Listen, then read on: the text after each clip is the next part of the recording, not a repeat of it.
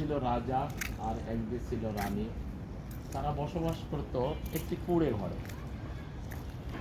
ঘরে বসবাস করলেও তাদের চাল চলন, আচরণ, ভঙ্গি সব ছিল রাজার মতো। তাদের ছিল না কোনো চাকর বাকর, কিন্তু তাদের ভাবখানা এমন ছিল যে তারা নিজেরা কিছুই করে না, সব কিছু নির্ভর করে চাকর বাকরের উপর। তাদের ছিল না কোনো বসার চেয়ার, কিন্তু তারা যখন ফ্রিতেই বসতো মনে হতো যেন তারা রাজার ভঙ্গিতে বসেছে।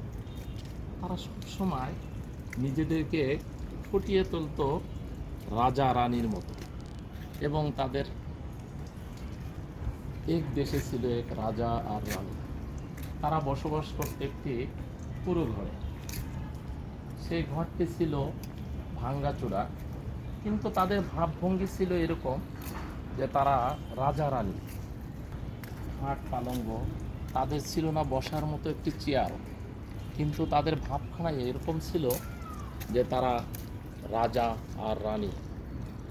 তারা যখন ফ্রিতে বসতো তাদের ভাবখানা ছিল যেন রাজার মতো বসেছে, দেখতে অনেকটা রাজার মতোই মনে হতো।